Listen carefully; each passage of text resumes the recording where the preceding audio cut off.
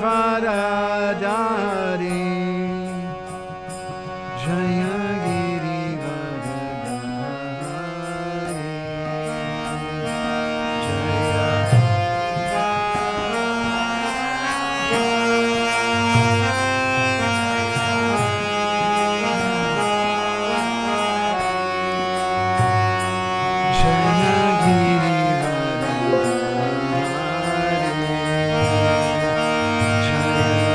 Yashodanandana Jaya Brajajanaranjana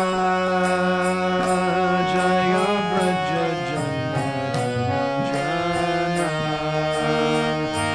Jaya Yashodanandana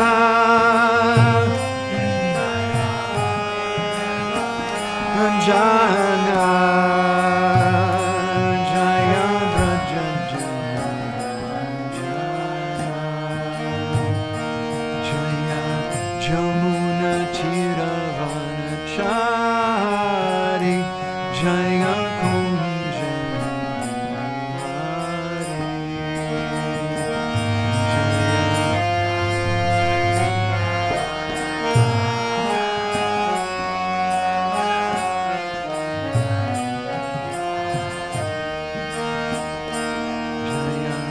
Jamuna Tira Vanachari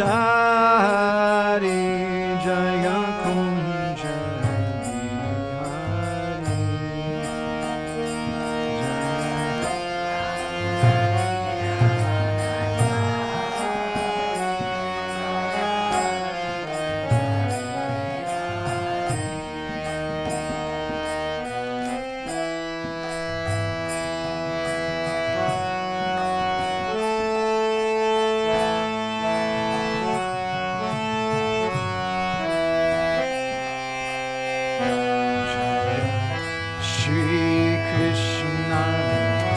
Chaitanya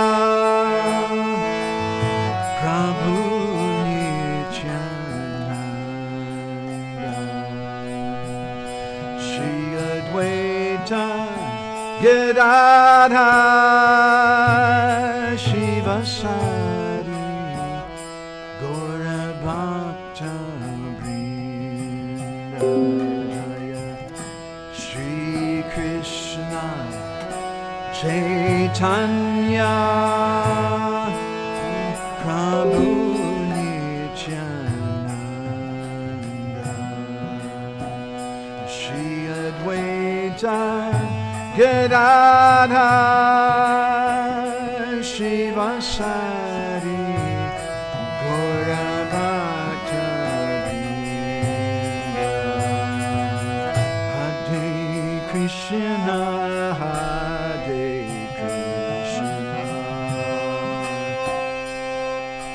Krishna Krishna Hare Hare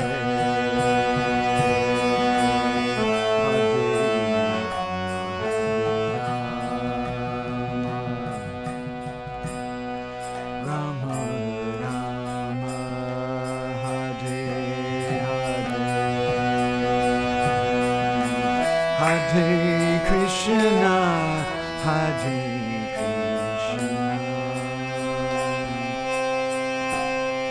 Krishna Krishna Hare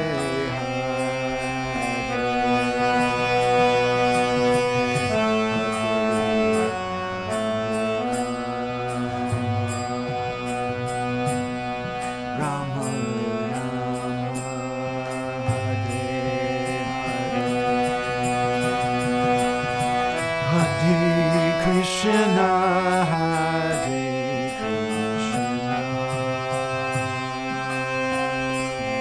Krishna Krishna Hare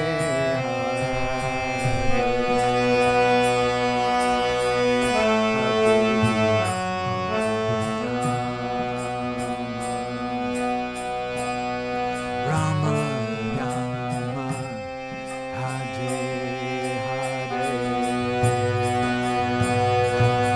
Hare Krishna Hare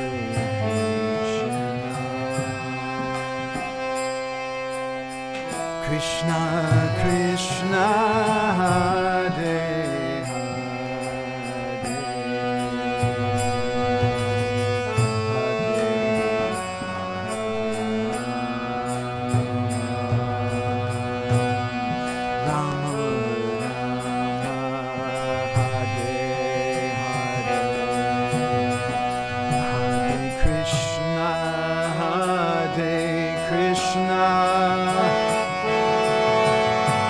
Krishna Krishna Hare Hare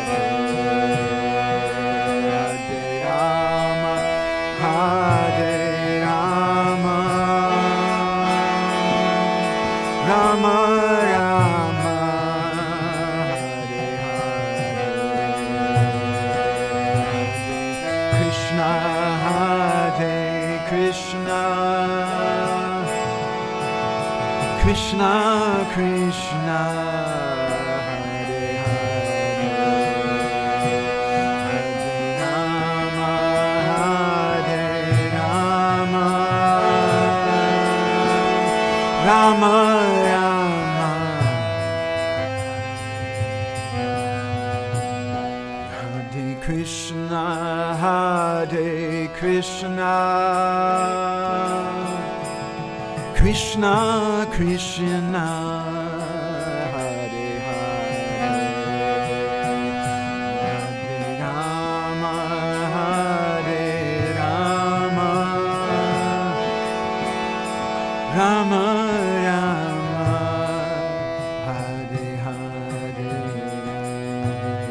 Hare Krishna Hare Krishna Krishna Krishna Hare Hare Hare Rama Hare Rama Rama Rama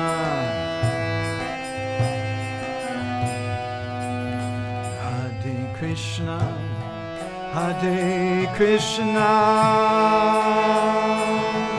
Krishna Krishna Hare Hare Hare Rama Hare Rama Rama Rama Hare Hare Hare Krishna Hare Krishna Krishna Krishna Hare Hare Hare Rama Hare Rama Rama Rama Hare Hare Hare Krishna Hare Krishna Krishna Krishna Hare Hare Hare Rama Hare Rama Rama Rama Hare Hare Hare Krishna Hare Krishna Krishna Krishna Hare Hare Hare Rama Hare Rama Rama Rama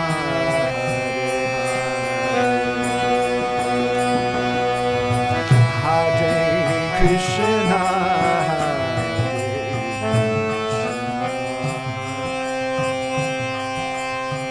Krishna Krishna Hare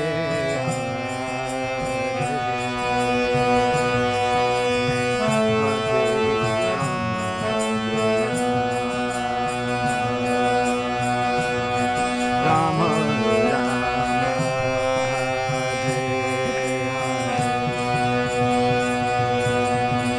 Hare Krishna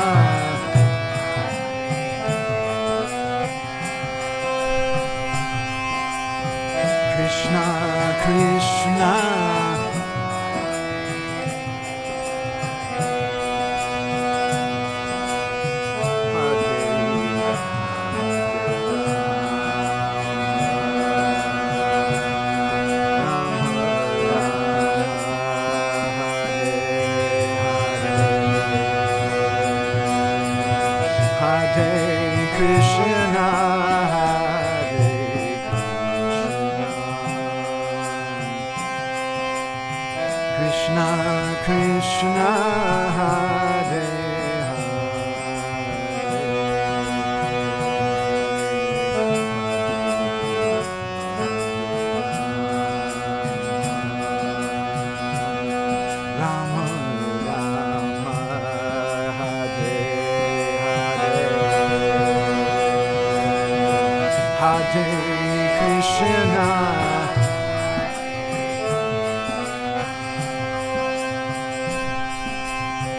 Krishna Krishna Hare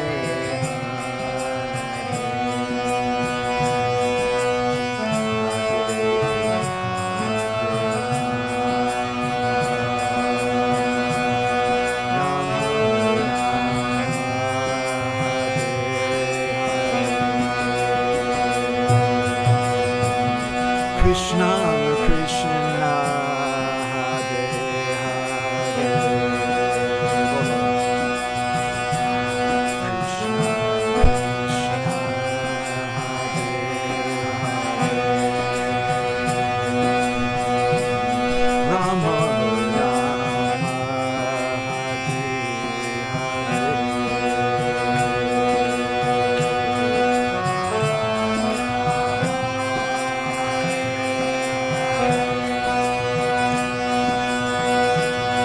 Krishna Krishna Hare Hare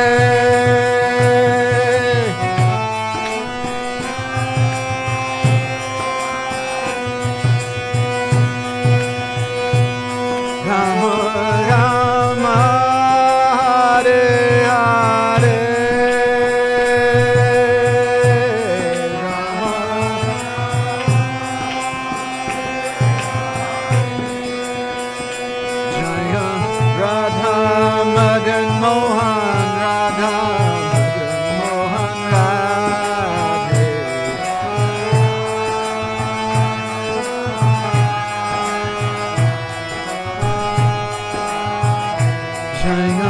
Radha Madan Mohan Radha Madan Mohan Radhe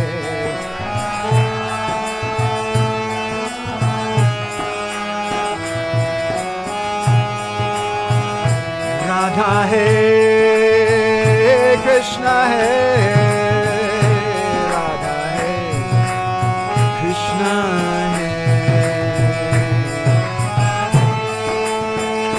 Krishna Hey Radha Hey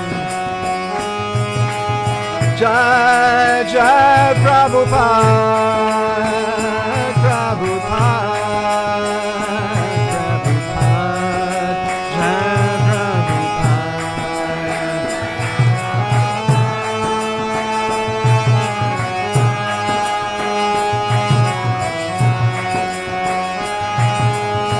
Jai Jai Prabhupada Prabhupada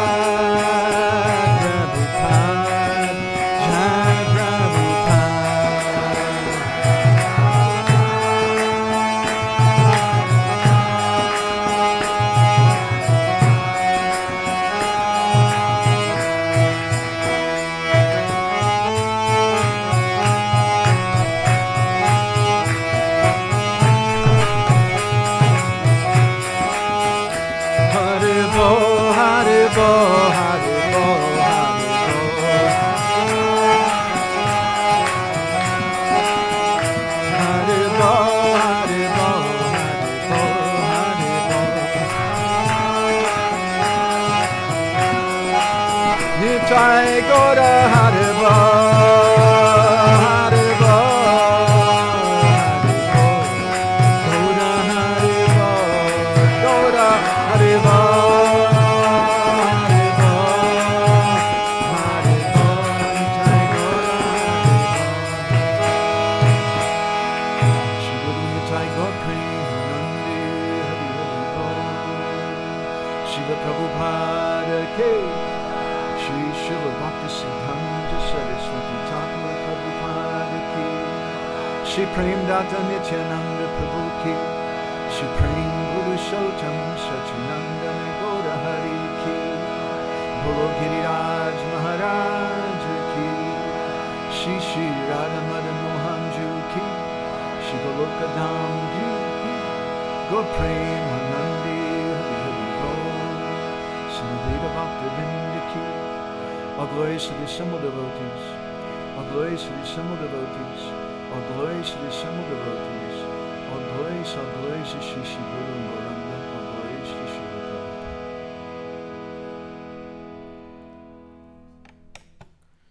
So I want to start with a difficult request. I'd like to ask everybody here to come and sit on my lap. That means come really close. I took a bath last week, so don't be nervous.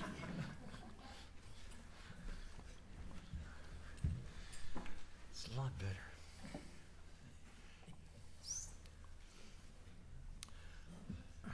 So before we speak on the Bhagavatam, my Guru Maharaj instructed me that we should offer prayers to the Bhagavatam. And he instructed me a certain set of prayers, which takes about 10 minutes. I'm close to that, so be patient with me. If you know some of these verses, you can recite with me.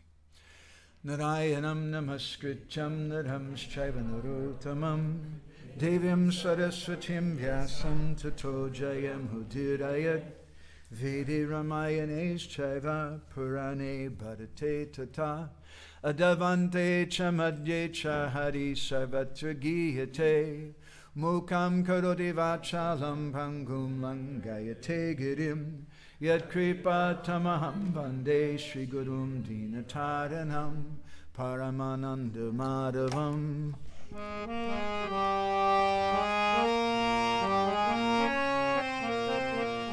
In Orissa, traditionally, every village has what they call a Bhagavatungi. It's a small house which they gave up some years ago for television, unfortunately. But anyway, and when all the villagers would come together every day, and they would hear the Bhagavatam every evening together and do kirtan. And they have a song they would sing before they would speak on the Bhagavatam. And this is that song.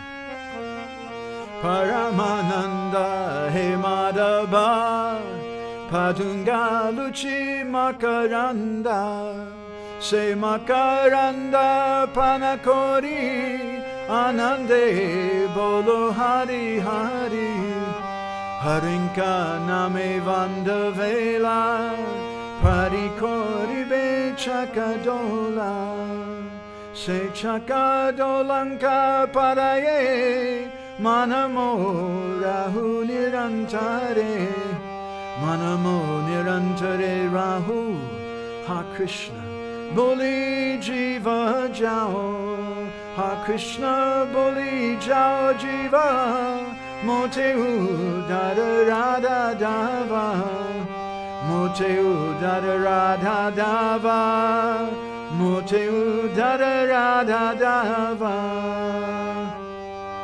Dharma projita kaitavo Dharma projita kaitavo Te paramo nirmatranam satam Vedyam vastava matta vastu shivadam Tapatrayon mulanam Srimad Bhagavate Mahamune Krite Kimva Parayishvara Sadhyo Hridyavarudhyate Chakati Vishu Shushu Vistakshanat Nigamakolpataro Galitam Phalam Shukamukadamita Dravasam Yutam Pivata Bhagavatam Rasamalayam Muhuraho Rasika Bhuli Baruka Anarto Pasamam Sakshat Bhakti Yogam Adhoksaje Lokasya Janato Vidvams Chakre Satvata Samhitam Yasham Vaishyamanayam Krishne Parama Purushe Bhakti Pukate Pumsa Shoka Moha Vayapaha Srimad Bhagavatam Paranamamalam Yad Vaishnavanam Priyam Yasmin Paramahamsamekam Amalam Gyanam Padam Giyate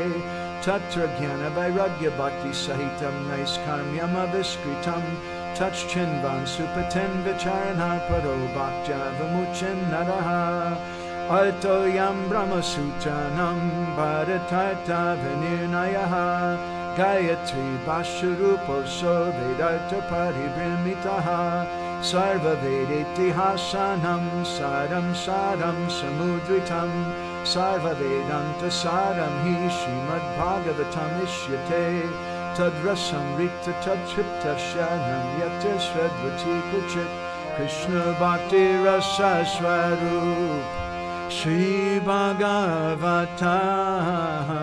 Tate Veda Shastra Hoite Parama Mahatma Chari Veda Upanishade Chata Kichu Hoya Tada Arta Lana Vyasa Korila Sanchaya Jesu Jejeru Vishaya Vachana Bhagavate Seru Shloka Nibandha Jivira Nistara Lagi Sutra Koila Vyasa Mayavadi Vashishunile Hoya Sarvanasha Jaho Bhagavata Pada Vaishnavirastane Ekanta Shayakoro Chaitanya Chayane Bhagavata Jainamane Sejavana Sama Tada Shasta Achijane Jane Prabhu Jama Bolo Hare Krishna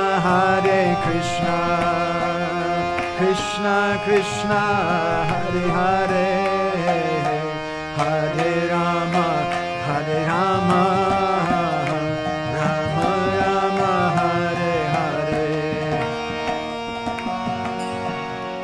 Om Namo Bhagavate Vasudevaya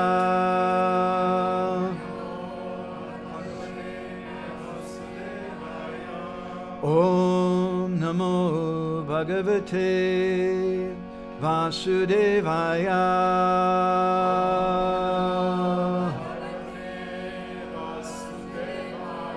Om Namo Bhagavate Vasudevaya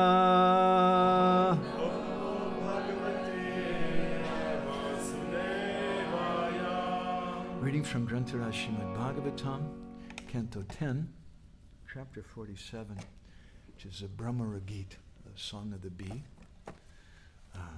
See, every Tuesday, your Bhagavatam class is kind of being hijacked. Please forgive me. Every Tuesday for the last couple of years, we've been giving a series of talks we call Meeting in Kurukshetra, and this is our 104th session of that. And I don't know, our 56th session or something on the Brahmara Gita. So we're on text number 59, which I think you've got on the board. Yeah. Kemastriyo vanachari vyabhichara dushtaha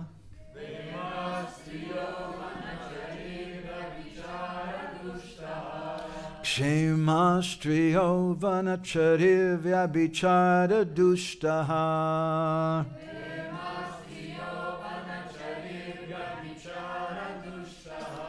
Krishnikva chaisha paramatmani rodha bhavaha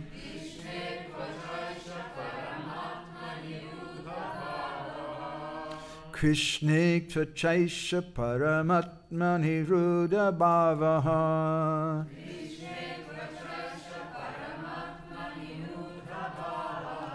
Nan ishvaro nubhajato vidushopi sakshat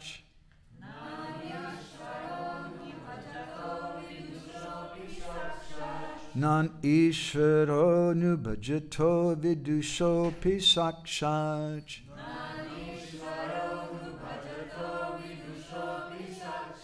Cheyastanocha gadaraja ivopayuktaha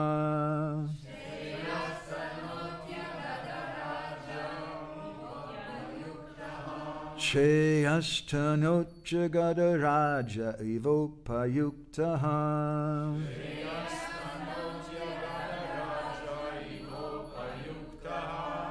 Anyone else?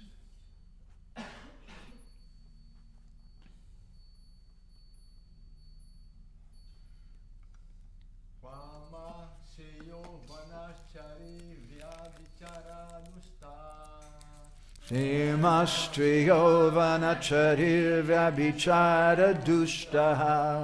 Krishna Chaisa Paramatmi Muda Bhava. Krishna Chaisa Paramatmi Muda Bhava. Vishwaro Nubhajato Vitoshopi Sakshat. Vishwaro Nubhajato Vitoshopi Sakshat. Shreyastanoti Agada Raja Ivo Payukta. Shreyastanoti Agada Raja Ivo Payukta.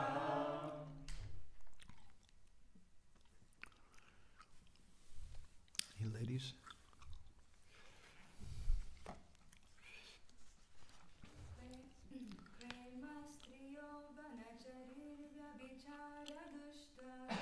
Shemastriyo vanacharir vyabichara dushtaha. Krishna kvachaisya paramatmani mudha bhavaha. Krishna Kvachaisya Paramatmani Mudha Bhavaha. Nanishvaro nu bhajato vidusho pisakchach. Nanishvaro Bhajato Vidusho Pisakshas. Shreyastanotya gadaraja ivo payuktaha. Shreyastanotya Gadaraja Ivo Payuktaha. I'll just go ahead and just read the translation instead of the word for word.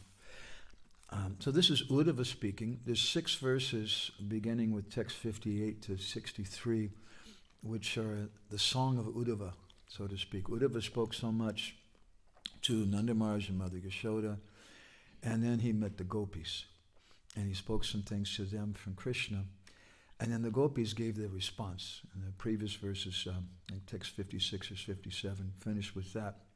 And now we're hearing Uddhava's response to the gopis' words, and he's very, very astonished. And said it's actually by Jiva Goswami and Laghu Vaishnav Toshini that Uddhava, well, during about 6 months while he stayed there in Braj, he was singing these verses every day. This is Uddhava, the real Uddhava Gita, the first Uddhava Gita. So he says, how amazing it is that these simple women who wander about the forest, seemingly spoiled by improper behavior, have achieved the perfection of unalloyed love for Krishna, the Supreme Soul. Still, it is true that the Supreme Lord himself awards his blessings even to an ignorant worshipper, just as the best medicine works, even when taken by a person ignorant of its ingredients. I'll read you the BBT purport. Mostly today, I want to... Actually, maybe I won't read our BBT purport, but I'm going to read something from Srila Prabhupada, which kind of goes along with this, and then I want to focus on one paragraph from Vishwanath Chakravarti Thakur's Sarita Darshani commentary, because our time's a little short, and this is a really, really vast subject. I want to try to emphasize our time. But first, I'd like to say a couple prayers. These are composed by Jiva Goswami, Sanatana Goswami, and Brihad Vaishnav Toshini, and Laghu Vaishnav Toshini. They're prayers to Uddhava. Artaika saranam Krishnam, artan brajajanam chatan, tam chatasvasakam bhaktam, archavande durasaya. He prays that Artaika saranam Krishnam. I offer my pranams to that person who gives shelter. And he says, I'm approaching that person with a hopeless heart. Artaika Saranam. I'm taking shelter to Krishna, who's the only shelter, Artan Braja Janams Chatan, for the suffering people of Braj. And I'm offering my pranams to Uddhava, who alleviated their suffering. So this is a function of Uddhava. And this is part of our discussion, a meeting in Kurukshetra. What is the role of this Brahma Ragit in the meeting of Kurukshetra? And our suggestion is that this Brahma Ragit practically is the essence of the entire Bhagavatam. And many acharyas have described like that. This is the most important chapter in the Bhagavatam, not the first chapter or not the Krishna's Janma Leela or even the Rasa Panchadhyaya. But this section contains the essence of Srimati Radharani's feelings and how Uddhava understood that took that message back to Krishna, and how that manifested later in the meeting in Kurukshetra, and then finally in Jagannath Puri, which is the essence of our sampradaya.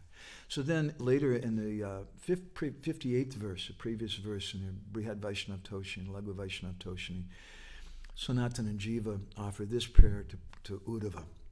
Gopi Mahatmya Vidvaryam Sarva Bhagavatotamam Tam Uddhavam Prapadyeham Tad Gitarta Vilubdadi. Desiring to understand the meaning of his words, I surrender to excellent Uddhava, the best of the devotees who understood the greatness of the gopis. So we get a little clue of the importance of understanding Uddhava here. Because by understanding Uddhava, we can understand something of the greatness of the gopis.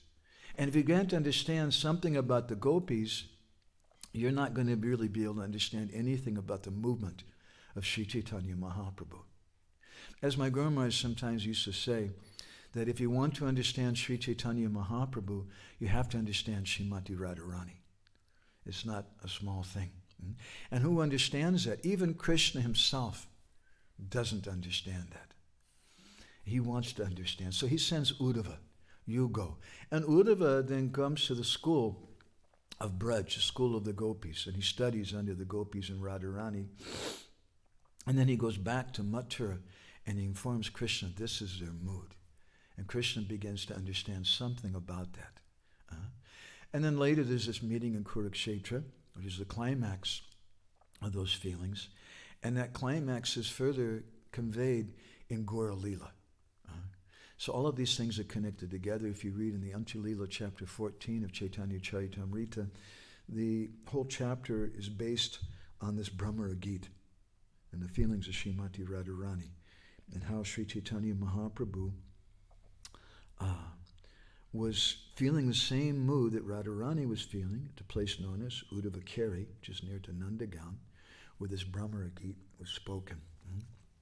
So I'd like to look a little bit from a verse and purport in the 7th canto of the Bhagavatam, which gives us something, I think, of a similar purport to today's verse. This is Bhagavatam 7, 11, 28. I'll go ahead and read the verse. Santushta lolulpadaksha dharma gya priya satyavak apramata suchi snigda patintva apitam bhajet. Speaks about a chaste woman, which is what primarily Vishwanath speaks about in his purport. And what are the symptoms of a chaste woman? A chaste woman should not be greedy, but should be satisfied in all circumstances. She must be very expert in handling household affairs and should be fully conversant with religious principles. She should speak pleasingly and truthfully and should be very careful and always clean and pure. Thus, a chaste woman should engage with affection in the service of a husband who's not fallen. I'm just going to read part of Srila Prabhupada's purport, which is very similar to what Vishwanath Chakravarti Thakur speaks about. Prabhupada says, because first of all, let's go back to this verse that we're reading from today. It's speaking about how there's some fault in the gopis, how they're vyabhichara dushtaha. And we'll hear how Vishwanath Chakravarti Thakur explains there's 3 types of vyabhichari dushta. Vyabhichari dushta means wicked ladies, or ladies who are behaving very badly. So how do we understand this in regards to the gopis? So Srila Prabhupada writes in his purport, this is Bhagavatam 7, 11, 28. Anyone who is a devotee who's sinless is sinless. Anyone who is a devotee is sinless. One who is not a devotee, however, is the most fallen and condemned. It is recommended, therefore, that a chaste wife not associate with a fallen husband. A fallen husband is one who is addicted to the 4 principles of sinful activity, namely illicit sex, meat-eating, gambling, and intoxication. Specifically, if one is not a soul surrendered to the Supreme Personality of Godhead, he's understood to be contaminated. Thus, a chaste woman is advised not to agree to serve such a husband. It's not that a chaste woman should be like a slave while her husband is Naradama, the lowest of men. Although the duties of a woman are different from those of a man, a chaste woman is not meant to serve a fallen husband. If her husband is fallen, it is recommended that she give up his association. Giving up the association of her husband does not mean, however, that a woman should marry again and thus indulge in prostitution.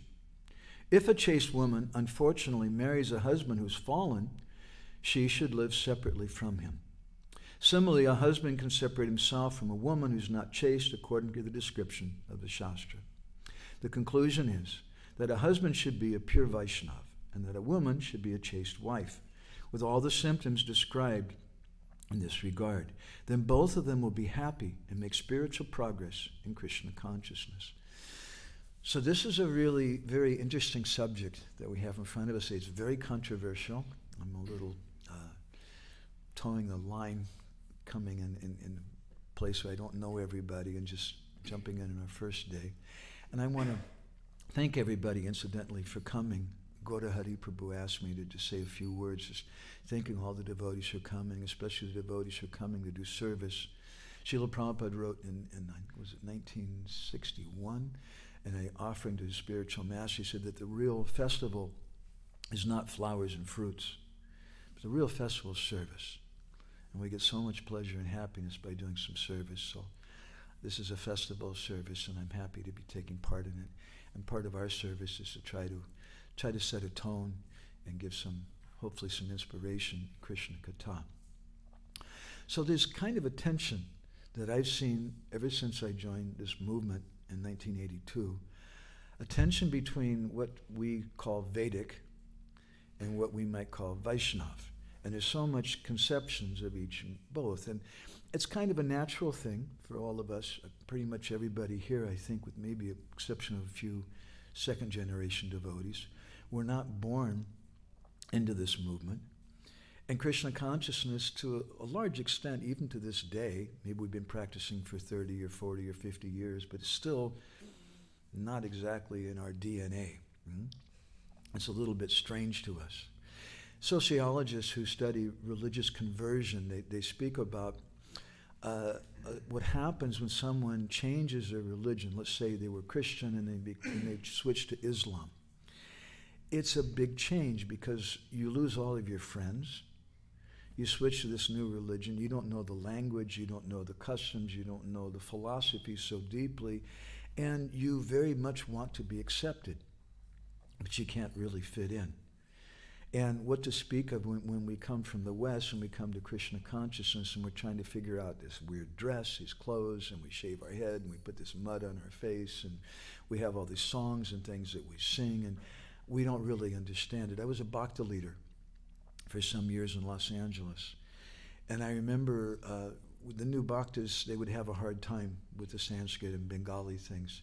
And I remember there was one new devotee who was reciting the prasadam prayers every morning. And one day I was listening to him. I said, "What are you saying?" And he had a particular way he was singing the prayers. His Bengali pronunciation wasn't really very good. He was singing, "Sorry, I forgot the doll." That was, that's what he thought it meant. So we're a little bit like that. It's a strange thing for most of us, and we're trying to figure it out. But intuitively, innately, we all want to be loved. We all want to be accepted. So how does that translate for a new person? They become a fanatic. And they want to be really, really passionate. And I remember myself when I joined the temple, I had very long hair, longer than his even. And I thought that being a nice devotee meant that I would dance from the beginning of the kirtan to the end of the kirtan. So it was like, Namah, and I'd be out there jumping up and down and dancing in the very beginning of the kirtan to the very end. And that impressed some people. And they said, "Wow, you're really advanced and you're going to probably become a GBC or a sannyasi very soon." And they spoke like that, something. So we want to be accepted, but it translates a lot of times because we don't know the culture. And that culture is not really a natural thing for us. It's an unnatural thing. So we're searching and trying to be accepted. And then a very confusing thing happens. We come in contact with, I'll put this in quotes, Vedic culture. And all the women, as one example of Vedic culture, they should all shut up and stand in the back with their head covered and their hair only parted in the center. And if you don't do that, then you're very, very bad. And there's so many things that we should do, which is part of Vedic culture. And it becomes confusing. It's confusing in Jagannath Puri. If you read some of the Smarta literatures or even descriptions given in the Skanda Purana, it's described that when you come, you should shave your head, you should take bath in the 5 different tirthas, you should fast, you should do this and this.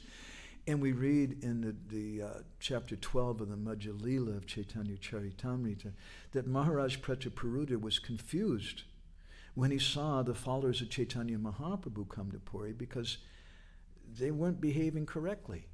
They didn't fast, they didn't shave their head, they didn't take bath, they didn't go to have darshan of Jagannath, they just all ran to see Chaitanya Mahaprabhu. Srila Prabhupada, in one lecture in Vrindavan in 1972, he said there's 2 considerations, Smarta Vichar and Goswami Vichar. When we speak about Vedic, generally that's what we would call Smarta Vichar, or the consideration, the Vichar of the Smartas. It's all the rules and regulations and like that. And it's confusing because that's culture. And it's a nice culture. It's a very good culture. And we'd like to learn that. But the shoe doesn't always fit when we try to put it on, especially when we talk about chastity of ladies or dress or so many different things in the West. And sometimes devotees feel a little uncomfortable. Maybe I'm condemned to hell for eternity or something because I can't cover my head properly, or I don't do it like this. I don't wear the bangles. In West Bengal, the ladies wear the red and white bangles, and if you don't do that, it's really, really bad. There's so many cultural things that we do. And unfortunately, oftentimes, even in India today, people do those things. I can say this, I've been living in India since 1993. People, they do a lot of those things just because, I don't know, it's what you do. My mother did it, and so many other people did it, and I want to be accepted. But that's blind following. And then we're confronted with different statements which really kind of sometimes pierce our hearts, which are hard for us to follow, like these statements about chaste ladies. And then we hear other statements about how the gopis are the most chaste, but they're not really behaving properly. In the 46th chapter of the 10th canto, we get a foundation of the Brahma Ragit.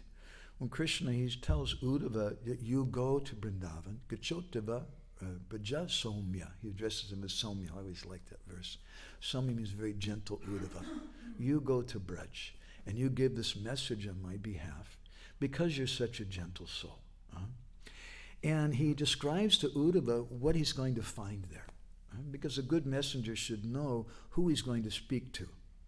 If you go to speak to a 4-year-old kid, or let's say a baby, I'm good at speaking to babies. I can usually go, boo, boo, and make a little sound like that, and the baby starts laughing, and he's really in ecstasy. If you go to see a professor in a university, you don't speak like that to him. It's not very cool. So a good messenger, first of all, needs to understand who he's speaking to. So Krishna speaks to Uddhava about the gopis. He says, Ta man manaska mat prana, mat arte chaktadahikaha, mameva daitam preshtam atmana manasagataha, ye chatva loka dharmascha mat arte tam bibaram yaham. You see, Krishna in the Bhagavad Gita, he said, Sarva dharmam parityaga manmekam sharanam braja. He said, you should surrender everything. Interestingly, he says you should give up all varieties of religion. Sarva dharmam parityaga. He doesn't say sarva papa parityaga. You should give up all types of sin. You should give up all types of religion. Well, this is a foundation of our Gaudiya Vaishnavism.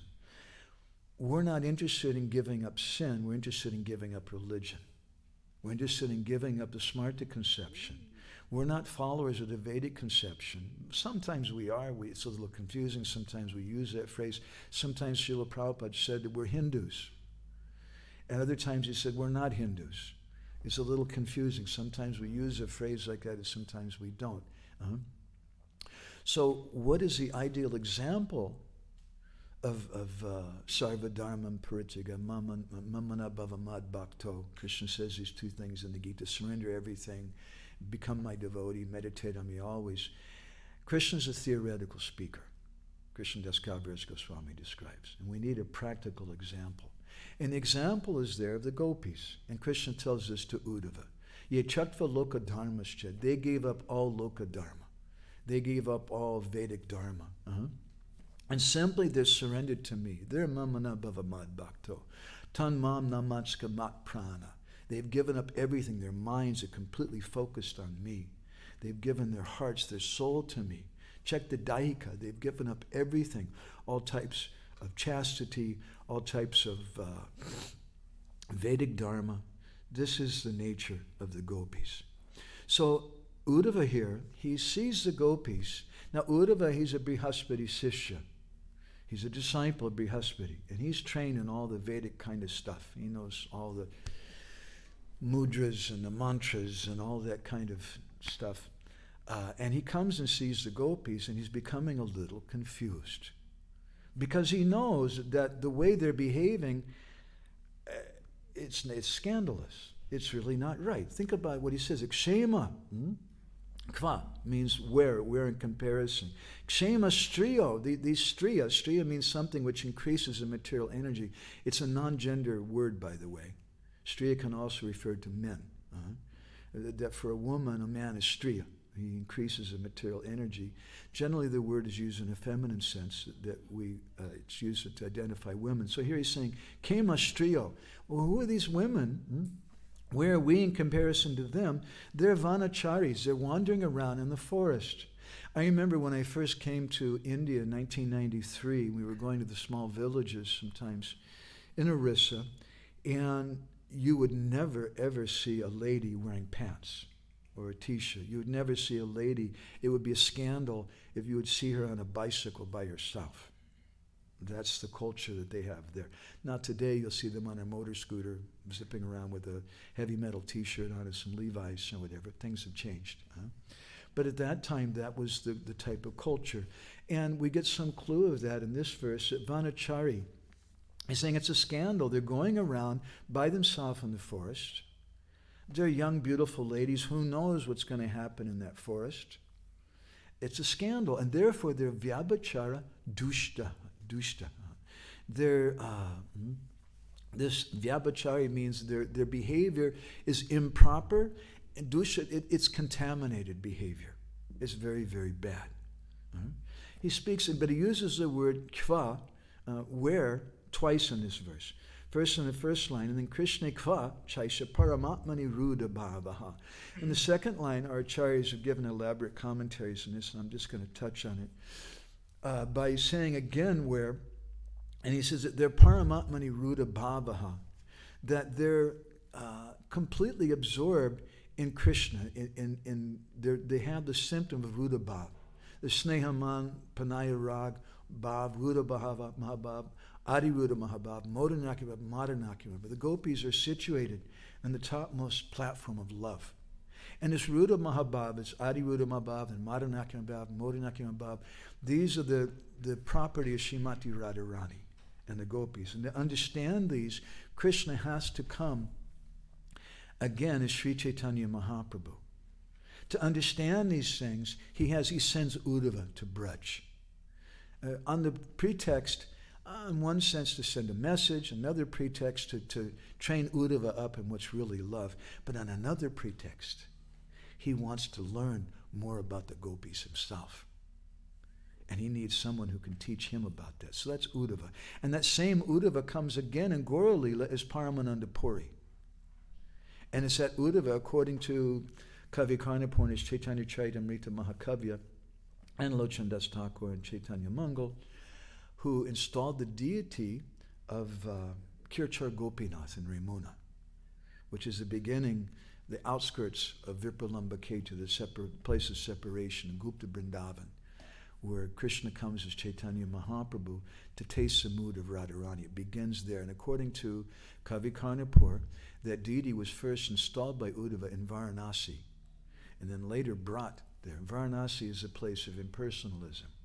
And he brought that deity to Jagannath Puri, to Orissa, in the same way that Uddhava has been brought from his impersonal tendency, his Vedic tendency, from hearing from Brihaspati, to becoming schooled in the university of the gopis, and then teaching Krishna something about it, and then coming again as Paramananda Puri and helping in Gaura Lila in that way. So let's look a little bit at the Sarita Darshani commentary of Vishwanath Chakravarti Thakur. I'm just going to read a short paragraph from him on this. He says, that this verse means tasmat jananam mahokarshe bhaktir eva karanam natu tapo gyanadikam. He says that this verse indicates that someone who's mahat karshe, who's an exalted person, the only reason of their being exalted is because of bhakti. Bhakti eva karanam. That's the only reason, because of bhakti. Not to tapo gyanadikam. Not because of they're doing some austerities, they were doing some knowledge of this or that. Not because they were practicing the Vedic culture perfectly. And this is a big thing, a most important thing for us to understand. So he goes on to explain that although this devotion, this bhakti, is the most exalted, common people, they can't understand it. They don't appreciate it. So the gopis, they're the most exalted persons, but they're vanacharis. They're staying in the forest, and who knows what's going on there. And they're meeting with some young boy there. It's vyabhichara dushta. It's contaminated, wicked, improper behavior that they're doing. Common people can't understand that, but we glorify them. And this is the important difference between Gaudiya Vaishnavism and Vedic culture. Vishwanath goes on to explain, Stitva chatad eva spasadam sarva krishtam sarva pujam sarva durlabam padavikam cha. That this bhakti stays in its one place, stitva. Stanistitam shrutigatam tanivam manobir, in the 14th chapter of the 10th canto, Lord Brahma says, he said, just stay wherever you're at. It's not necessary to take sannyas when you're 50 or to become a vanaprastha or this or that. Just stay wherever it's natural for you. If being a brahmachari is natural, that's great. You can be a brahmachari like Srup Damodar Goswami for the rest of your life. Or being a sannyasi is natural, then be a sannyasi. Or maybe you become a sannyasi for the sake of your guru's mission. But do whatever is natural. This bhakti is stitva, just stays in its own place. And that bhakti, it makes its own shelter. No other shelter is required. We have an ashram. Ashram means ashraya, a place where you take shelter. In the brahmachari ashram, the grihastha ashram, the vanaprastha ashram, the sannyas ashram. And the person is taking shelter of that system of varna and ashram to help him, to protect him from falling down. But he's saying here that bhakti by itself is a shelter. Bhakti is an ashraya. And therefore bhakti, he says, is sarva pujam, sarva durlabam padavikam cha. That bhakti is the most exalted. That anyone who takes shelter of bhakti, they're the most exalted person. They're worshipable by all. And that bhakti is the most rare, difficult thing to obtain. So the gopis, they're considered, Uddhava was singing, that they're considered to be very low because they're just women, and moreover they're vanacharis, they're just wandering around in the forest, they're contaminated by improper behavior. So where have these ladies gotten this ruda bhav, this mahabhav, this topmost thing, this love for Krishna who's the source of all souls? Where have they gotten this? And then Vishwanath explains. Now we're going to get a little bit Vedic here. Okay, so fasten your safety belt. He says, Vyabhichara dushta iti strinam trividyad vyabhicharas trividaha. Trividaha, there's three types of this vyabhichara dushta, or corrupted women who are corrupted by deviation. Okay? So the first, he says, is patim upapatim cha ramayancha ekaha. The first one is a lady who has a lover. She's married, but she has a consort, and she's enjoying with both of them, and she's not faithful to either one of them. And Vishnu says, Sahi loka shastrayo vigitaha. Both ordinary society and Shastra condemn that kind of behavior. That's really, really bad.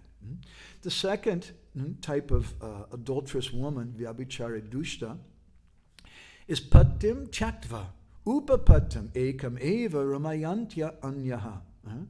that patim chaktva, they've given up their husband, and upapatim, they show some love for their paramour, their lover.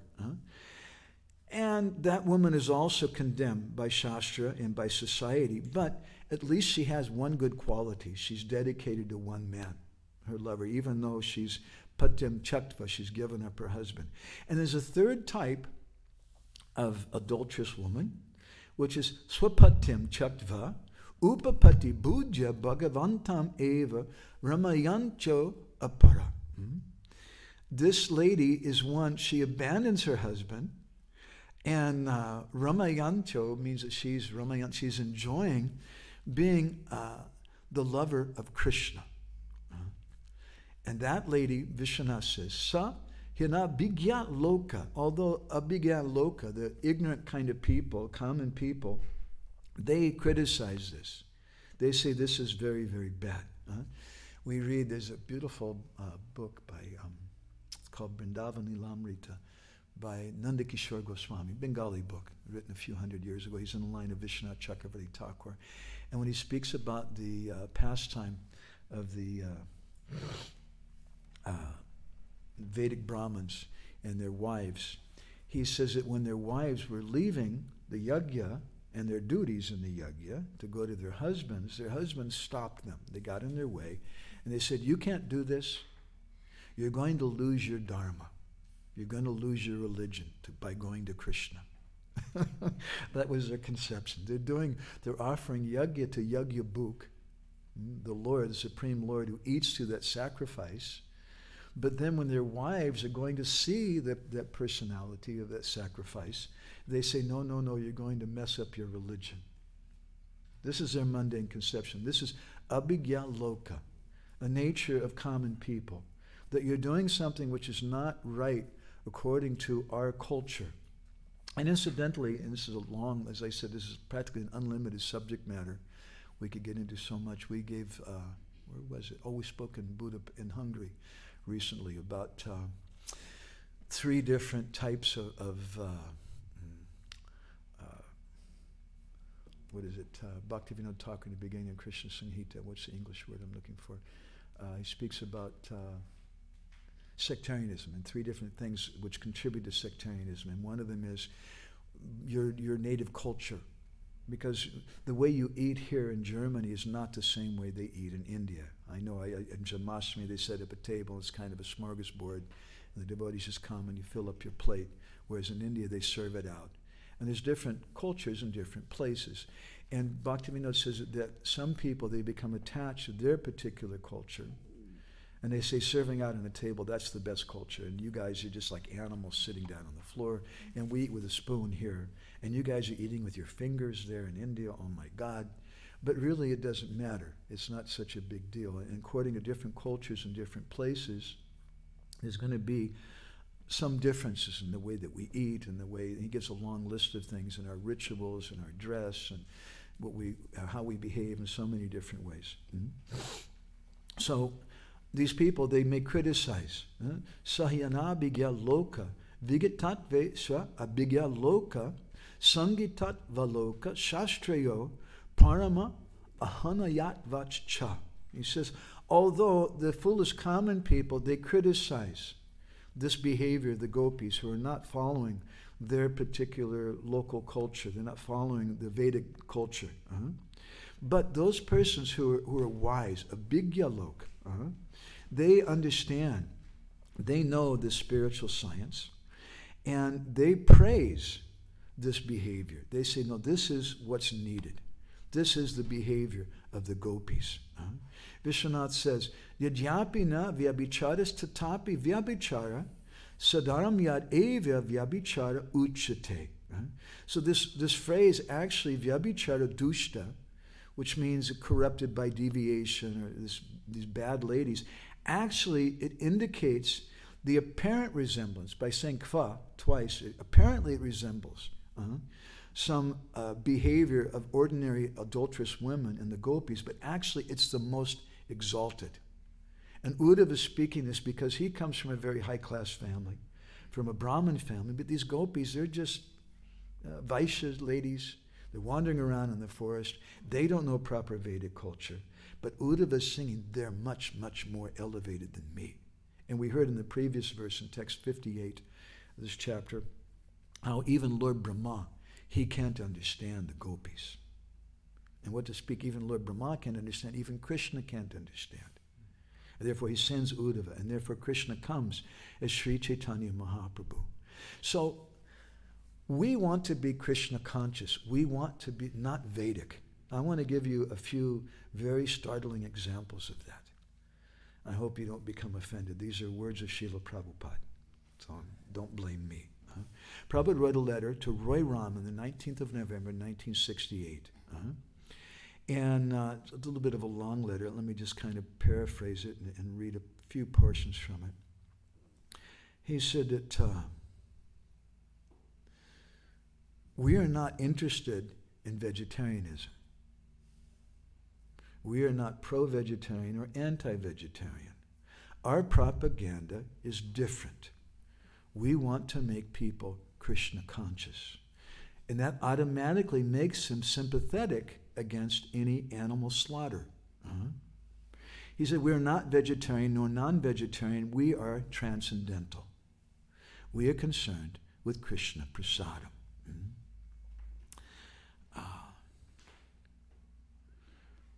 And it's a beautiful letter. I would recommend you look it up. There's another even perhaps more startling letter. And this is in 1977 that Prabhupada wrote to Tushta Krishna Maharaj. And he says, certainly we are opposed to abortion. And we can advise that it's not good, but we do not take an active part in this political agitation against abortion. We are not much concerned in that way, so do not waste time approaching politicians or affiliating with others on the basis of the anti-abortion issue. We are Krishna conscious, and we are for Krishna consciousness. That is our issue. Abortion is only a side issue. Whatever you've done, that's all right, but concentrate now on our main business to make everyone Krishna conscious. Sometimes we think that if we campaign for vegetarianism, or if we campaign against abortion, it's going to make the world a better place, and it's going to help people to become devotees. I would agree that it would make the world a better place if we can get people to be vegetarian and to give up violence. But those endeavors that we make, they won't be successful. Because anything in the material world, what is the phrase in the 11th canto of the Bhagavatam? That any endeavor that we make materially to make some solution only creates more problems. Pasyat paka viparyasam. Thank you. We often quote that. She's a big help. Pasyat paka viparyasam. You do something because you have a problem. You have a headache, and so you take this aspirin or something. But the aspirin causes some side effects which become even worse than the headache. So the solution that you take to solve the problem doesn't really solve the problem. It just creates more problems. And that's the nature of any material solution in this world. Even when we want to push vegetarianism, we want to promote anti-abortion or something, it's going to promote some kind of sectarianism, and ultimately there's going to be some division there. Because I'll tell you a little secret. It's really scandalous. I'm sorry, but maybe you saw this on some website on the internet. But Garuda is a non-vegetarian Vaishnav. He eats fish, and sometimes snakes and turtles and stuff like that also. But he's a great devotee. In fact, he's an associate of the Supreme Lord. So our purpose is not to preach about vegetarianism. Sometimes we may say something about that to bring people in. We may speak to them about yoga. We're not interested in yoga and hatha yoga and that, but we know some things about that, and we may teach that in the Bhakti Center in New York. It's brilliant. They teach about Ayurvedic cooking and vegetarianism. They teach about hatha yoga, and so many people come. And the people who are teaching the hatha yoga classes and the Ayurvedic cooking classes, they're Hare Krishna devotees. And they make friends with them. And they don't preach to them about Hare Krishna stuff. They just make friends with them. And they speak to them about this kind of Vedic things of Ayurvedic cooking and hatha yoga and stuff. And people get to like that, and they have faith in the devotees. And then after making friends for a while, the devotees say, you know, we have this program on Thursday night. It's really cool. It's a mantra meditation thing. Why don't you come and check it out? And they're finished. And they go there, and some of the most amazing kirtans in our society. And that's how people become devotees. So we use that for preaching, and that's useful. We're not against that. But our program, our purpose is not to come and teach about yoga. There's people who do that much better than us. Or to teach about astrology, or to teach about anti-abortion or anti-meat eating or this. So there's other people who are doing it better than us. And we can be friends with them. We can encourage them in some ways. But our program is to speak about Krishna consciousness.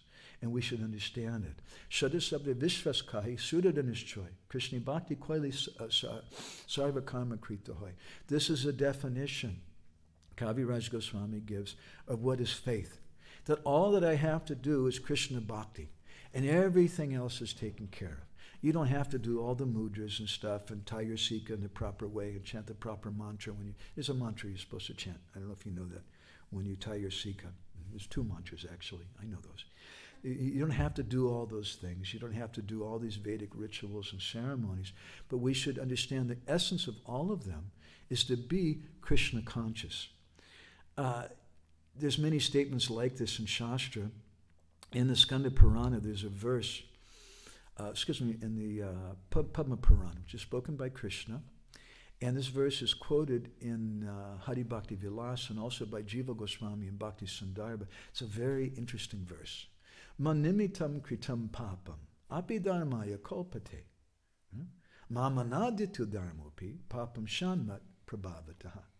Krishna says that someone manimitam kritam papam, someone who does pop for me. They're doing pop. The gopis are doing pop. They're vyabhichari dushta. They're hanging out in the forest. It's not Vedic culture. You're not supposed to behave like that. What to speak of that, you're not supposed to ride on a bicycle by yourself. There's so many things. It's vyabhichari dushta. But if someone manimitam kritam papam, they do that pop for the pleasure of Krishna, abhidharmaya kolpate. Krishna says that so-called pop becomes dharma, because that's the topmost dharma. Sarva dharmam parityaya mamekam sharanam braja. You should give up all the dharma and just worship me. And aham tam sarva papebhyo. All the pop will automatically go away. Give up religion and everything will be okay. This is Gaudiya Vaishnavism. Manimitam kritam papam apidharmaya kolpate. And those persons who do pop, but they're doing it for Krishna. That doesn't mean that you can go out and steal a pair of shoes. I know a devotee who did like that once. He said, I don't want to spend any of Krishna's money, so I'm going to steal some shoes like that. And he was caught, and he was put in jail, and it made the devotees look very bad. But if you're really genuine and you're really on that platform, you might do it. Jayananda Prabhu, he was wearing old jeans and working on the Rath Yatra carts. And at a certain point, his jeans became almost kind of X-rated. They were so falling apart. He really had to get a new pair of pants. So he went into some shop. And he couldn't tolerate thinking of spending Srila Prabhupada's money. And he put on a pair of pants over his old pants. And he went walking out of the shop. And they caught him and they arrested him. And they took him to jail. And later they took him to court. And Jayananda Prabhu, in the court, he told the judge, he said, "I'm sorry, sir, but I'm a monk. I've given everything to my spiritual master, and I can't tolerate spending money on these pants like this." And his words were so powerful and so moving. The policeman stepped away and said, "No, we take back the charges." And they gave him the pants. So if someone's on that platform, they may do that. But and sometimes devotees in the 60s and 70s, they were telling people all kinds of crazy things. I have a friend who would sell books in the airport. "Here you go, sir, you get one of these. This is called Bhagavad Gita. You'll really like this." And what do you do anyway? "I'm a hunter." "Really? No kidding. This is a book all about hunting. It's going to be great just for you." Right? And then, half an hour later, you find the book in the garbage can because he opened the book up and the book's not about hunting. It's got all kinds of weird letters in it that I can't read and some strange language. And he lied to me. I mean, he got some money out of it for the book. And that was the beginning of our movement. But it caused a lot of problems because we were doing something in an artificial way. So don't try to imitate. Manimitam kritam papam api dharma yakopate. Krishna says if someone does pop for me, that becomes dharma. It's not that we speculate what that activity for Krishna is. And then Krishna goes on to say, Mama naditya dharmopi. That if someone anaditya, someone neglects me, then their dharma, they may be very Vedic. They may be a first-class smarta, and they're born in a very high-class family. They had all the Dasvita sanskars performed. Their parents did Garbhadan sanskars, so many nice things before they were born. But mama naditya, if they're neglecting Krishna, then dharma-api, their so-called dharma, papam shanmat prabhavata. Their so-called dharma becomes sin. It's such an important thing for us to understand.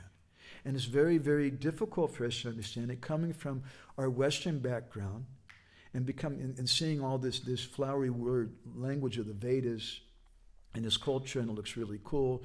And the dress is so nice, and you know, we should sing certain ragas for certain times of the day. That I was singing a morning raga in our bhajan this morning. It's nice, and Shastra says you should sing certain ragas for certain times of the day. Shastra says that there's different types of shalagram shilas, and if a shila is broken, or if a shila is a wrong color or something, then you should not worship that shila, because you'll get some bad result from it.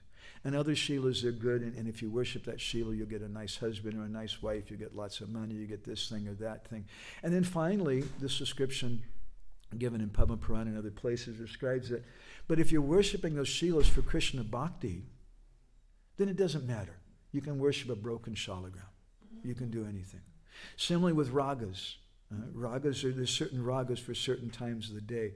And it's nice to sing those ragas for that time of day. But if you're doing it for bhakti, and that particular raga fits a certain mood, there's no rules for that. Because bhakti, it goes over all rules. So I'd like to just touch a little bit on a really controversial subject matter when we're speaking about chaste and unchaste ladies. And that's about divorce in Krishna consciousness. Ouch, I know, it's a sensitive topic, and we all have friends who've been through stuff. And maybe somebody sometimes points their fingers and says, this lady, she's vyabhachari dushta, because she's not being protected by her husband, she didn't get married properly, is this and that. And Srila Prabhupada said different things about it, and let's look a little bit at both sides. Here's a letter he wrote on the 8th of August, 1971. And Prabhupada wrote it to a lady. He said that, as far as you getting married, I have no objection, provided you agree to some points. First of all, you must promise that you'll not separate under any circumstances. This marriage is serious business and not to be taken lightly. There's no question of separation in Krishna-conscious marriages. Therefore, I'm asking all those who want to be married that they sign a paper promising that there'll be no separation. Yeah, ouch. It's a little difficult, huh? Again, another letter in 1975, Prabhupada said, regarding remarriage, no. Remarriage should always be discouraged. Remarriage means accepting sense gratification. Our mission is to curtail sense gratification. 3 times marrying in a year. This is not good, and they're doing this. But at the same time, there's another side of things also. And we should be able to balance both sides and understand what is the most important thing for us, what is the most important thing for us as individuals and for our society. In the Chaitanya Charitamrita, Madhya Lila, in chapter 15, there's a quote given from Smriti Shastra, Patim cha patitam tvajet. Smriti Shastra says that when a husband is fallen, one's relationship with that husband must be given up. And Prabhupada describes in his purport, he quotes this verse we were just reading from the 7th canto, chapter 11, text 28. I won't read that again. But the translation probably gives, a wife who is satisfied, who's not greedy, who is expert, who knows religious principles, who speaks what is dear and truthful, is not bewildered, who is always clean and affectionate, should be very much devoted to her husband if he's not fallen. So it's not just some thing, as Srila Prabhupada describes in another purport. Actually, let's read the verse. It's a really nice verse. This is in Madhya Lila chapter 15. This is spoken by a great follower of Vedic culture, is also a pure devotee, and that's Sarvabhauma Bhattacharya. And he's speaking about his own daughter.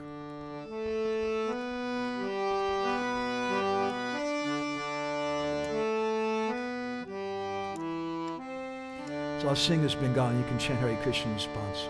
Satira kahatare chaduka sehaili patita. Patita haile bharta chajite uchita he. Hare Krishna.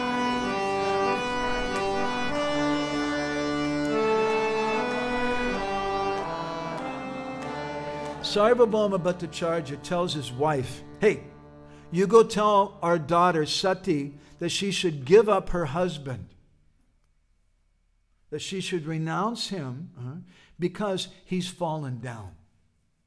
And because, when he's fallen down, the patita hali bharta chajita uchita, the duty of a chaste lady, if her husband's fallen, is to give him up, to give up that relationship. And Srila Prabhupada speaks in the purport, as far as Sati, the daughter of Sarvabhauma Bhattacharya, was concerned, she was advised to give up her relationship with her husband.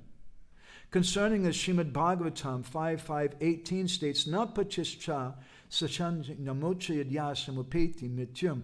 One cannot be a husband if he cannot liberate his dependents from inevitable death. If a person is not in Krishna consciousness and is bereft of spiritual power, he cannot protect his wife from the path of repeated birth and death. Consequently, such a person cannot be accepted as a husband. For all those husbands out there want to be really Vedic and tell your wife, just, be a Vedic wife. I hear that a lot of times. But if you really want to be, if you really are a Vedic man, then I can give you a little clue. You don't whine and moan like a little child because the women should dress differently or they should do this or that. Rather, you're just a strong man. And if you don't look at them the way in that lusty kind of way, they probably won't behave that kind of way. And in that, by nature, Prakriti follows Purush. A woman will follow a man who's a strong man. So rather than whining and shaking the finger and saying all the ladies should be like this and that, our solution is that we be the solution. That we should be Krishna conscious. A lady should be Krishna conscious. She'll change the heart of the men. If a man is Krishna conscious, he'll change the heart of a woman. So Prabhupada goes on in his purport. He says, consequently, such a person cannot be accepted as a husband. A wife should dedicate her life and everything to Krishna for further advancement in Krishna consciousness. If a husband abandons Krishna consciousness and she gives up her connection with him, then she follows in the footsteps of the Dvija Patnis, the wives of the Brahmins who are engaged in performing sacrifices. Such a wife is not to be condemned for cutting off such a relationship. So it's not such a simplistic thing. And there's so much to be said about this, and we should be careful because we do like this culture. Vedic culture is very, very nice. But sometimes the shoe doesn't really fit, and we can't really put it on so well. I've preached in San Francisco at gay and lesbian parades. I've distributed books there sometimes. And you have people coming, and they're very different. The way they dress, or you don't really know their gender, this or that. To give you one example, there's one young man who joined the temple in Berkeley, and I think it was 1974 or 5, something like that. And he was going to Mangal Artik every day and dressing in a dhoti and kurta. And one morning he came to Mangal Artik, and he was wearing a sari and bangles. And the devotees didn't know how to deal with that. Right? What are you supposed to do? And there was a controversy. And someone wrote Srila Prabhupada. And Prabhupada wrote a letter back to that devotee, and he didn't tell that person to do like this or like that. He said, you just decide if you want to be a boy, if you want to be a girl, that's up to you. But you be Krishna conscious. And that's the message of the Krishna consciousness movement. Not that we're pro-vegetarianism, anti-meat eating, anti-abortion, or pro-this. We're pro-Krishna conscious. And so many times we're not exactly going to be able to fit in. And vyabhichara dushta. Some of the ladies or some of the men are not going to be following proper behavior. There's one man who came to Srila Prabhupada with a proposal. He said, Prabhupada, I want to leave my wife, who I had a Krishna conscious marriage with, or we had a sacrifice anyway. I want to leave my wife and marry some other man's wife. And Prabhupada said, okay, you go ahead. And he was very happy. Thank you, Srila Prabhupada. And he left the room. Some of the devotees who were there in the room, they were shocked. And he said, Prabhupada, but you always said that there's no such thing as divorce. And Prabhupada said, I know. He said, but he would have done it anyway. And it would have been a big offense. So Srila Prabhupada's primary concern wasn't that they were following all these rules and regulations. His primary concern was that somehow or other they become Krishna conscious. That's the purpose of our movement. And it's a little difficult because we preach a lot of times through culture. We like ragas. We like Vedic music. We like kirtan. We like traditional deity dress and pujas and mudras and mantras and things like that. It's a very beautiful culture and it attracts the mind. But the purpose of all of it is to be Krishna conscious. And some of the people that we're meeting in the gay and lesbian parades in San Francisco, they just don't fit in. And you can't go to some lady who's got her head shaved and tattoos on her body and body piercing on her face and whatever, and she's with her girlfriend, and try to tell her to be a chaste Vedic wife. She'll punch you in the nose. And she can be Krishna conscious. She might become Krishna conscious sooner than you because you're so absorbed in all your rules and regulations, and she's simply taking shelter of the holy name. That lady's more exalted than someone else who's attached to all their rules and regulations, but they're neglecting the essence of things in Krishna consciousness. So we should understand this principle. In the 5th canto, chapter 18, there's a chapter that the residents of Jambudweep offer prayers. And texts 19 and 20, there's the prayers offered by Lakshmi Devi. And she speaks about who's really a pati. Pati means husband. And trying to make this brief, Prabhupada describes in the purport that who's really a pati, that really ultimately is Krishna. Krishna, he says, is the only husband. Because pati means someone who protects a wife. And who can protect a lady? You can't protect your wife. Huh? Krishna Kun and I, we were flying to America a few years ago, and we'd taken care of everything. We had our visas, we had everything taken care of. What country was it we landed in the airport? Turkey. We went into Turkey, and we go to get on the plane, and I go first, and they take my passport and visa and everything, it's okay. And then she steps up there, and she had all of her papers and everything for going to America. And they said, we're sorry, but there's one letter wrong in your thing here, and you can't get on the plane. And the plane's leaving, it's leaving in like 15 minutes or something. I said, well, then I'm not getting on. He said, it's fine, you don't have to get on, but then you have to buy a new ticket. You have to buy 2 new tickets. And so what do? I want to protect my wife. She's so... And I just gave her all the money we had. I said, good luck. I don't know. And I asked the lady there, please take care of her. And Krishna took care of her. And she ended up going to some senior person and pouring her heart out. And they said, don't worry. And they gave her a free ticket. Krishna took care. But we may think we're taking care of our wife. But ultimately, you can't take care of your wife. You can't protect him. The only real pati is Krishna. So when we speak about Vedic culture, ultimately it means Krishna. Krishna is the only real husband. And we should understand that. And ultimately, the gopis are the real example. And we're not attached to all this Vedic type of things. We may use it sometimes, if it fits, if it helps us in Krishna consciousness. But if it gets in the way, we don't care for it. And there's a beautiful example of this. This is an excerpt from a letter Srila Prabhupada wrote to Shilavati on June 14th, 1969. Prabhupada says, the actual system is that the husband is a spiritual master to his wife. But if the wife can bring her husband into practicing this process, then it's all right that the husband accepts the wife as a spiritual master. That's not real Vedic culture. That's Vaishnava culture. And therefore, in one article in The Harmonist, in the 1930s, Srila Bhaktisiddhanta Saraswati, he wrote that, he spoke about Vaishnava marriage. And he said, Vaishnava marriage is different than Vedic marriage. In a Vaishnava marriage, it's not that the wife serves the husband. Sorry, guys, please forgive me. It's not that the wife serves the husband, or the wife serves the husband serves the wife. Sorry, ladies. But rather, they serve each other. Because how can a Vaishnava accept service from another Vaishnava? And he said, generally, the guru doesn't want the disciples to get married.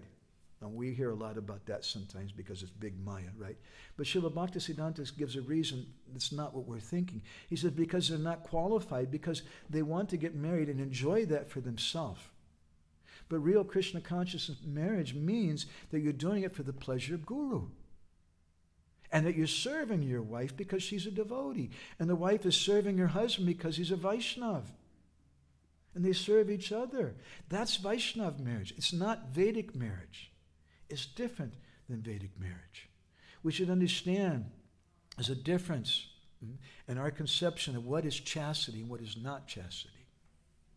There's a, I think it's the,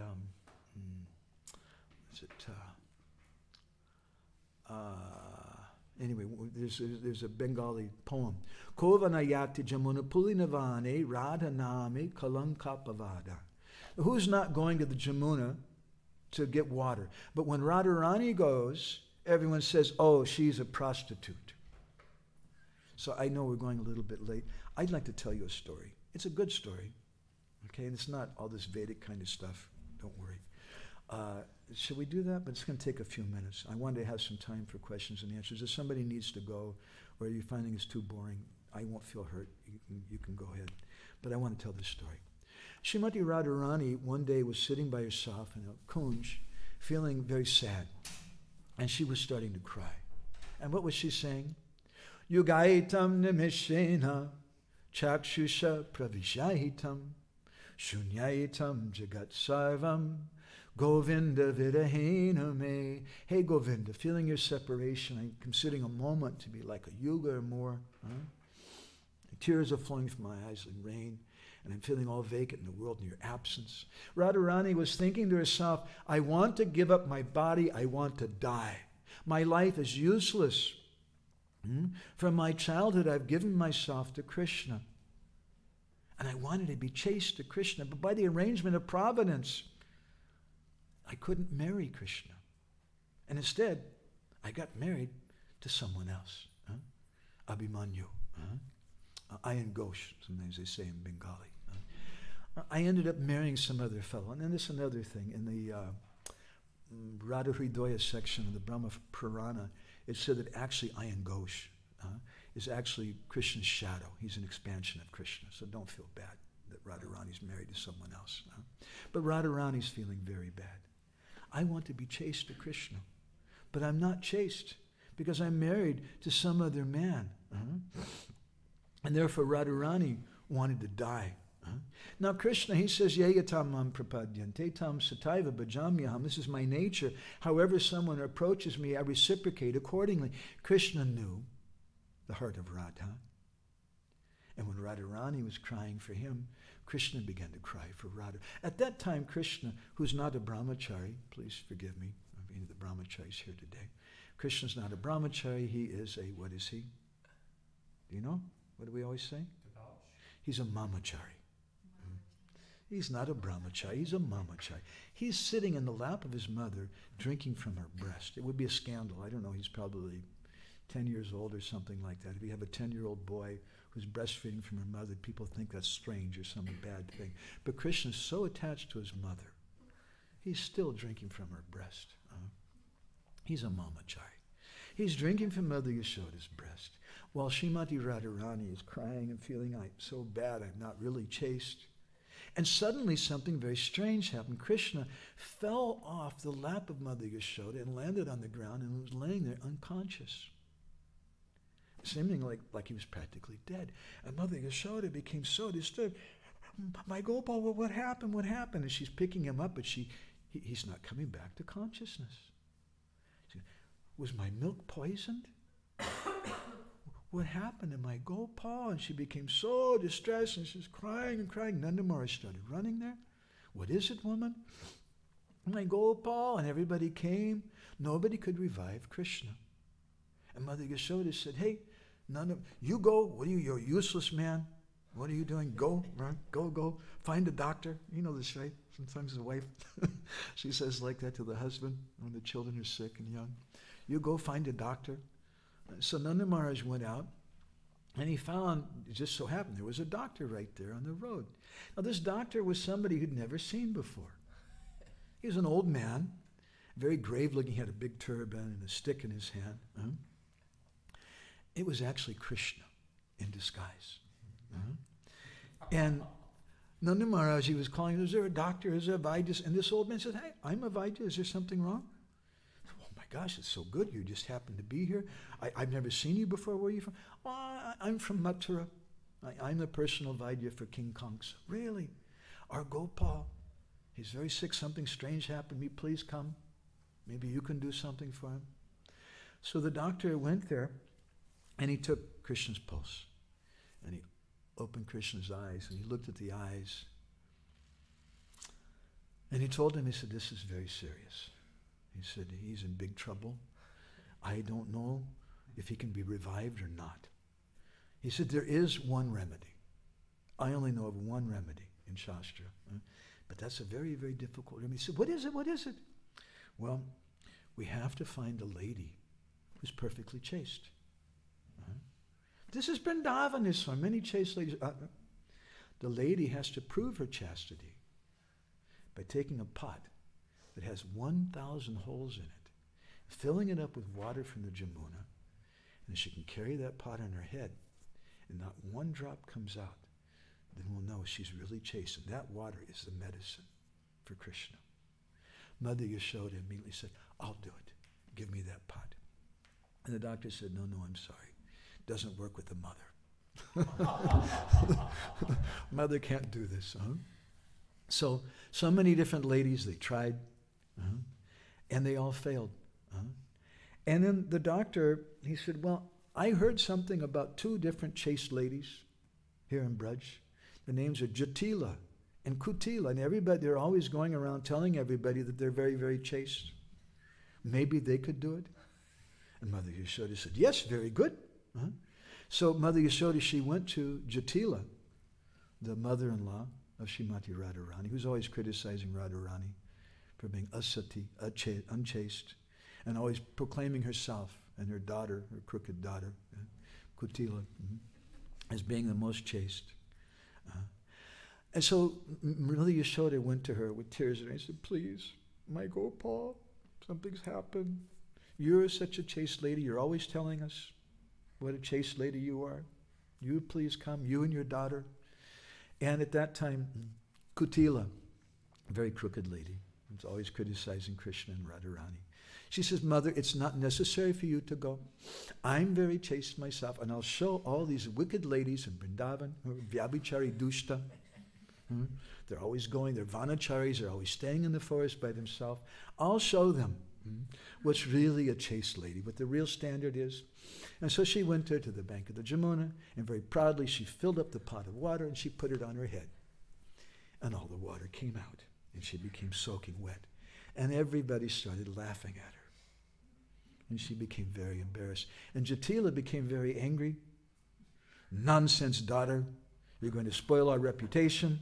Everyone's going to criticize us, and they're laughing at us now. Get out of the way. Give me that pot. I'll show you what a really chaste lady is.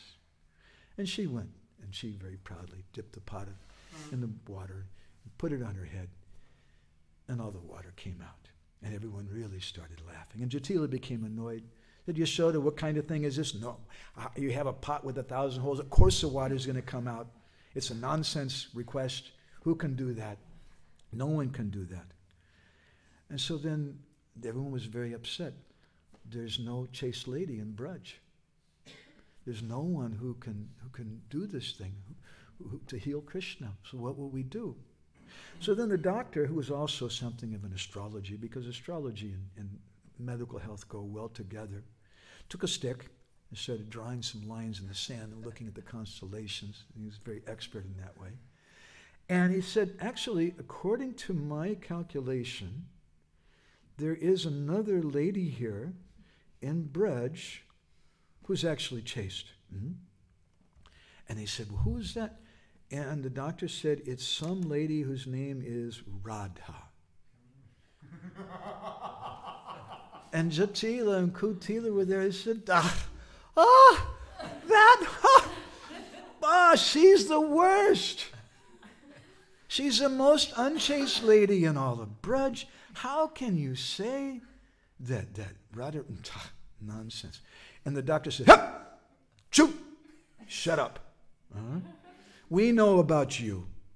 You were going around proudly telling everybody how chaste you were. We saw how chaste you really were. You just shut up and be quiet." Did you ever hear the story how once the needle was criticizing the sieve?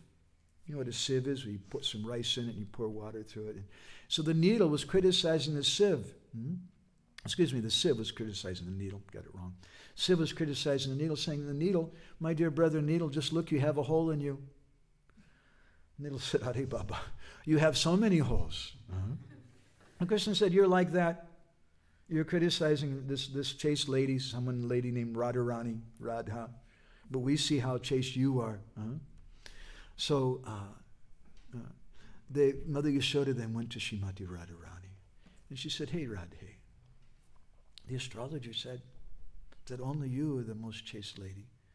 And Radharani was crying, "No, no, I'm not really chaste. I'm not really chaste." And Mother Yashoda said, "Look, the astrologer said so. You got to try. Otherwise, we don't know what's going to happen to Krishna." So actually, we have a picture of this in our room right now. I was going to bring it for class this morning, and I forgot to bring it. It would have been really good. It's a beautiful picture done in the 1930s in West Bengal. Someone asked later, we can show you. So Srimati Radharani, then she agreed. And she went to the bank of the Jamuna, and she filled up that pot with water. And she said one word, "Govinda." And she put the pot in her head, and not one drop came out. And she went, they took that water, and the doctor sprinkled that water on Krishna. And Krishna suddenly opened his eyes and looked around. There's a big crowd of people standing around him. Krishna said, "Well, what's going on? Why are there so many people here? What's happening?" And then everyone could understand that Srimati Radharani is the most chaste.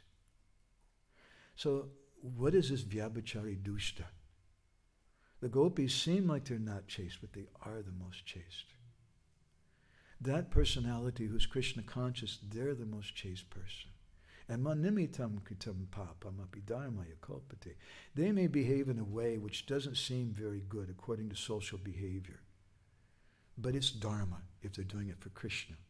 And on the other hand, mamanaditya dharmopi, Krishna says, if they're neglecting me, but they're doing some big dharma, they're doing yagyas and they have a papasika and this and that, and they know so many mantras and things, but mamanaditya, they're not really doing it for Krishna's pleasure. Papam shanma prabhavataha. That so-called dharma becomes pap. So this is such a very important principle for us to understand, because we're not really very Vedic, are we? We can't do things so properly. I have so many friends in the West who've been married and remarried and so many things. But that's not what's important. What's important is that we be Krishna conscious. And that's the purpose of our movement. Not to be the International Society for Rules and Regulations. We want to have culture. We need culture very, very badly. And part of that culture is that marriage means one time. And a lady should be chaste and dedicated to her husband. But sometimes that shoe doesn't always fit so well on our feet. And it's not the most important thing. Our purpose of our society is to make people Krishna conscious, not Vedic conscious. So there's so many things that can be said about this. It's a very controversial subject, I understand. Because as Vishwanath Chakravarti Thakur explained in his purport, that some people, they'll criticize even the gopis. And some people, they'll criticize certain people in our movement who what they're doing is not really Vedic. I went to Zurich once. Was it Zurich or some other place in Switzerland? And I saw them taking the deities of Jagannath and putting them on the cart. And one devotee was wearing shoes when he was doing it. And he was wearing pants. Oh my God. Now I can tell you, in Orissa, where I come from, we live in Jagannath Puri, that would be a scandal. They would literally write about it in the news, and people would be freaking out about it like anything. But that's not the purpose of our movement. And Lord Jagannath, he went there to Switzerland to be worshipped by those pig farmers. That's originally who Jagannath was being worshipped by. They weren't vegetarian even. And Jagannath's accepting their particular worship. So sometimes the rules and regulations will be a little different in different places. In Mauritius, Srila Prabhupada said, our principle is love, not law. You may have so many laws, but people are not going to follow them unless there's love. Our principle is bhakti. And we should understand that if we practice bhakti, then all the rules and regulations are taken care of. So someone may ask them, well, can I do some sinful activity for Krishna and that's going to be dharma? I'm not going to answer that. You have to ask that question to Krishna's representative, Sri Guru. And that has to be sanctioned. Otherwise, it's just speculation on our part. And we can't do sinful activities in the name of Krishna consciousness. We've also seen that. It's caused so many different problems in our movement. But at the same time, what's important is not whether that boy was wearing a sari or wearing a dhoti. What was important was that he was being Krishna conscious. And therefore, Srila Prabhupada wrote that letter back like that to him. So we're really, really late. I'm going to get in trouble. Do we have any time for questions or discussion? There's a lot to digest, I think. Anybody have any reflections or anything? Govinda Vallabha? Is that okay? Not angry with me? Was I criticizing astrology too much?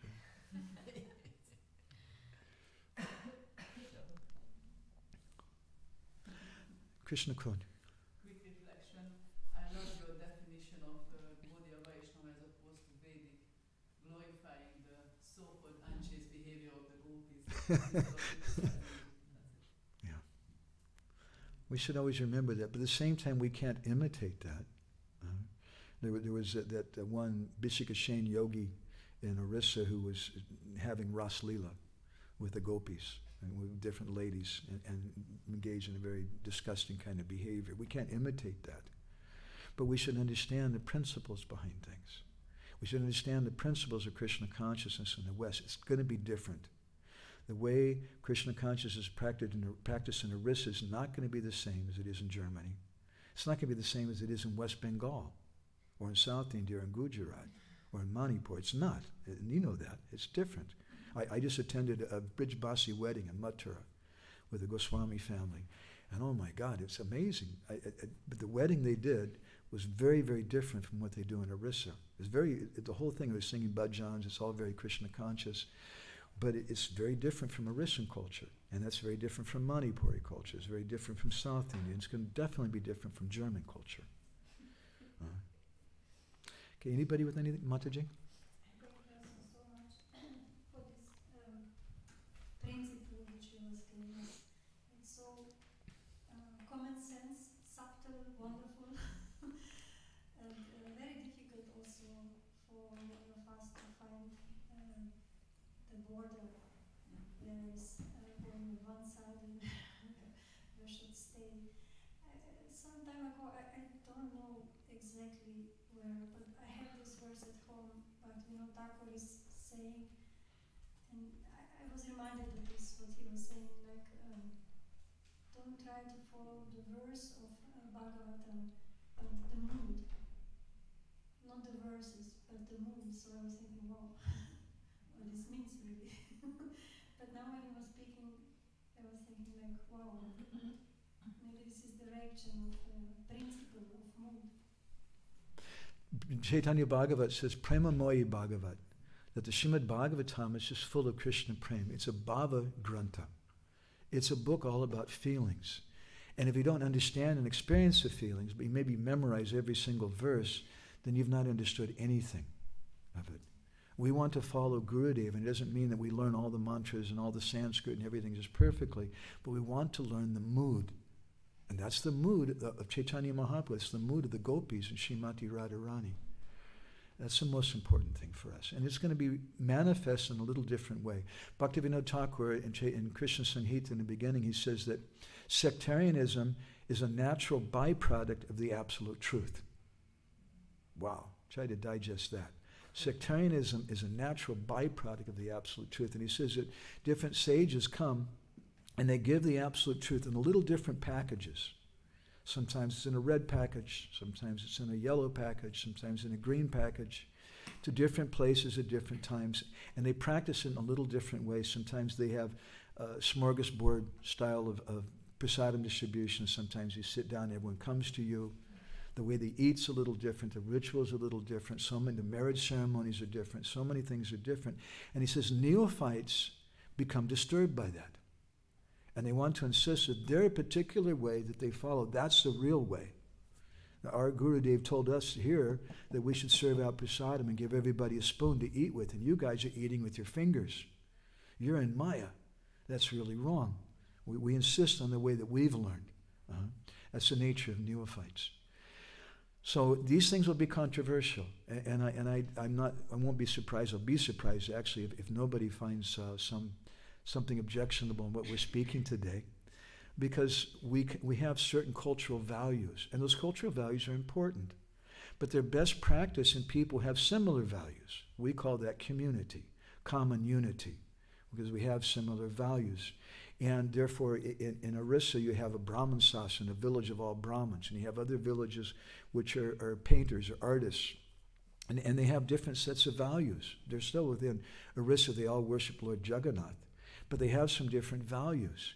What to speak of when we talk about the difference between America and Germany, or the difference between Germany and India, there's going to be huge differences, and we should understand that. But the main thing is we want to be Krishna conscious. And we have certain values, certain principles, 4 principles Srila Prabhupada gave us that we follow in 16 rounds. Those are the things which don't change. The particular dress, whether you're baking bread or you're making chapatis, that'll differ in different places. And some people will come here and say, you guys are all in Maya because you're baking bread. And you should only have chapatis. Chapatis are really Vedic. And I see sometimes we go places and devotees, they want to serve us. We went to Ukraine once and they wanted to give us chapatis. They were very fascinating chapatis. They were very useful. You could take it and throw it like a frisbee and it would probably break the wall. It was so hard, you couldn't eat it. But they really were sincere. They wanted to do something to please us. They thought they're coming from India, so we'll make chapatis. I said, why don't you maybe make some bread or some grechka or something that you know about, which you're used to. And they did, and it was really nice. So better, the Prabhupada in one letter, he said, better a good guitar than a bad sitar.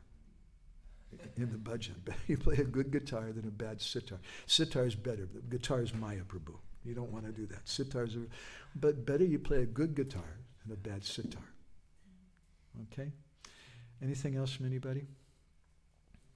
All right. Thank you all very much. Grantaraj Srimad Bhagavatam ki, Shri Radha Madan Mohanju ki, Srila Prabhupada ki, Samaveda Bhakta Vrinda ki, Gopremanandi Hari, Vancha Kalpadarubhischa, Kripa Sindhu Bhyeva Cha Patitanam Pavanebhyo, Vaishnavebhyo Namo Namaha, Ananda Koti Vaishnava Vrinda ki Jai.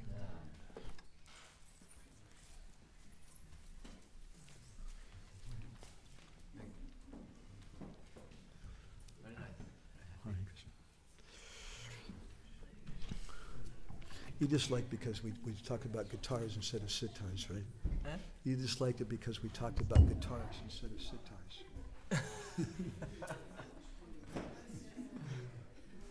My thought.